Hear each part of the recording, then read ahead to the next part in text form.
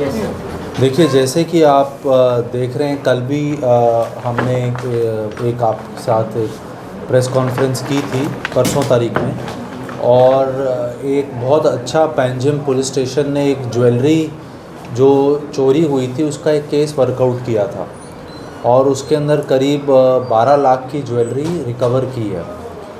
और इसी तरीके से जो पैंजिम पुलिस स्टेशन का जो फोकस है ऑन ये जो घर तोड़ के चोरी कर रहे हैं, इस पे कॉन्टीन्यूस चल रहा है, और इसके अंदर एक मेजर इनको सक्सेस मिला है। 2 लोगों को अरेस्ट किया गया है। एक का नाम है मिस्टर अरमान, ये उम्र इनकी 33 साल है, रहने वाला he is from Gokulpuri Delhi.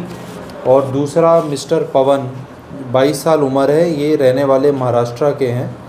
और इन दोनों को अरेस्ट किया गया है, और इनके पास से हमें स्टोलन प्रॉपर्टी मिली है और सामान भी मिला है इस प्रकार का, ये नहीं है एग्जैक्टली लेकिन इस तरीके का, जिससे कि ये ताला तोड़ के घरों के अंदर चोरी करते थे। बेसिकली ये जो केस वर्कआउट हुआ है, एक पैंजिम के अंदर 1 तारीख को 1 जुलाई को एक आर्मी के स्टाफ की वाइफ के ने कंप्लेंट दिया था कि उनके घर के अंदर कुछ चोरी हुआ, और उसको जब हम वर्कआउट कर रहे थे तो उसके अंदर एक हमें बहुत अच्छा लीड मिला, जिसके अंदर एक गाड़ी का नंबर प्लेट हमें पता चला था। और उसके बाद उसकी इन्वेस्टिगेशन करते हुए जब निकला तो निकल के आया कि वो एक रेंट बाइक थी, एक स्कूटी को रेंट पे लिया गया था फ्रॉम कोलवा। और उसकी तहकीकात करते हुए, इन्वेस्टिगेशन करते हुए हमने इन एक्यूज़्ड को फाइनली नैप किया है, और इनके पास से हमें ये रिकवरीज हुई है। इसमें जो महत्वपूर्ण चीज़ है वो बताने वाली, वो ये है कि ये अरमान खान के ऊपर ऑलरेडी 10 मुकदमे हैं। इसमें ये केसेस मुंबई के हैं, बेंगलोर के हैं और दिल्ली के हैं। इसके अलावा इसका ये कहना है कि जो हमारी इनिशियल इंटेरोगेशन निकल के आया है कि करीब टोटल 25 केसेस इसके ऊपर हैं, उसकी बाकी डिटेल्स हम निकलवा रहे हैं। और जो दूसरा पवन है, उसके ऊपर 2 रॉबरी के केसेस हैं, दोनों थाने के हैं। अभी बाकी सारी चीज़ें इनसे इन्वेस्टिगेशन में पूछी जा रही हैं, लेकिन जितना अभी तक इनिशियल इन्वेस्टिगेशन में हमें पता चला है, ये एक तरीके से इंटर स्टेट गैंग इसको हम कह सकते हैं, उसका ये पार्ट थे, जो गोवा के अंदर आके तुरंत कुछ वारदात करके यहाँ से भागने का इनका प्लान था। लेकिन काफ़ी अलर्टनेस दिखाई पैंजिम पुलिस स्टेशन ने, led by PI and SDPO, and they have been able to arrest them and prevent such crimes. So I congratulate them, and this is a major breakthrough we've achieved, and we are hopeful that this will go a long way in stopping some of the recent house breaks which have happened.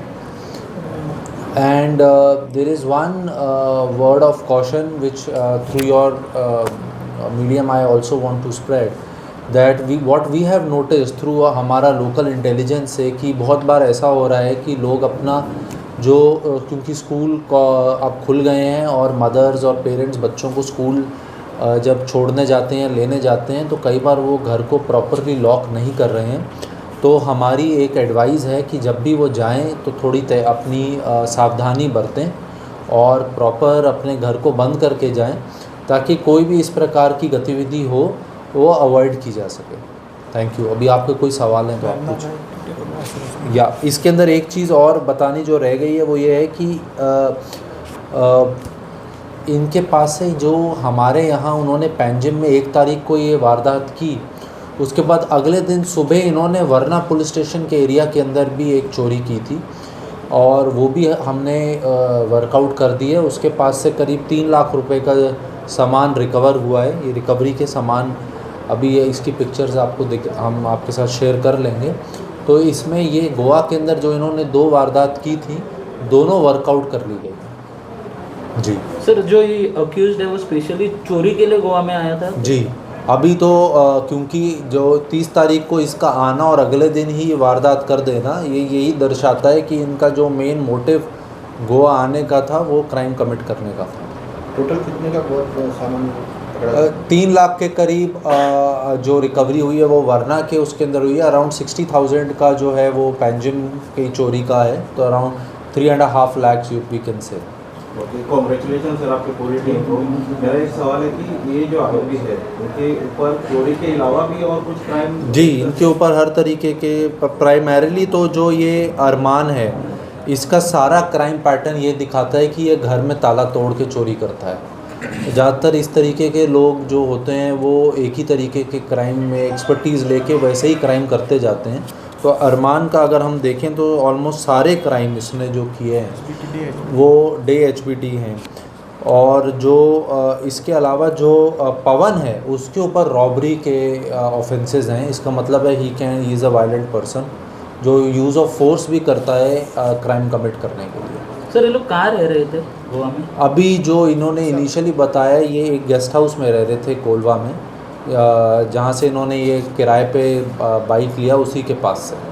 लेकिन इनको मालूम कैसे रहता है कि इस घर में ये रेकी करते हैं क्योंकि एक हैबिचुअल क्रिमिनल्स हैं ये, और काफ़ी लंबे समय से इनका क्रिमिनल रिकॉर्ड है।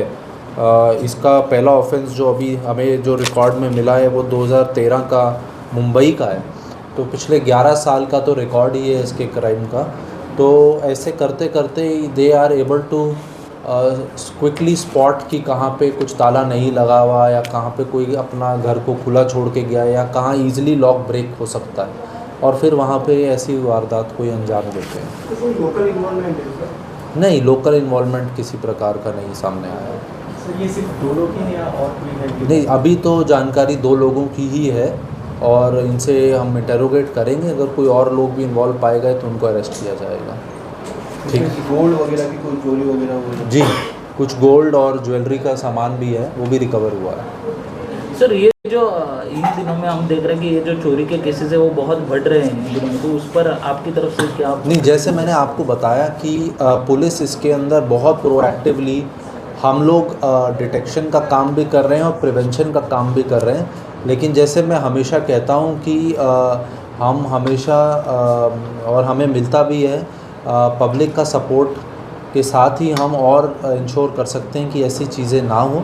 इसलिए रेजिडेंट वेलफेयर एसोसिएशंस और जो आम नागरिक भी हैं वो एहतियात बरतें। They should be more cautious and they should exercise all precautions so that these thieves do not get an easy access to their homes.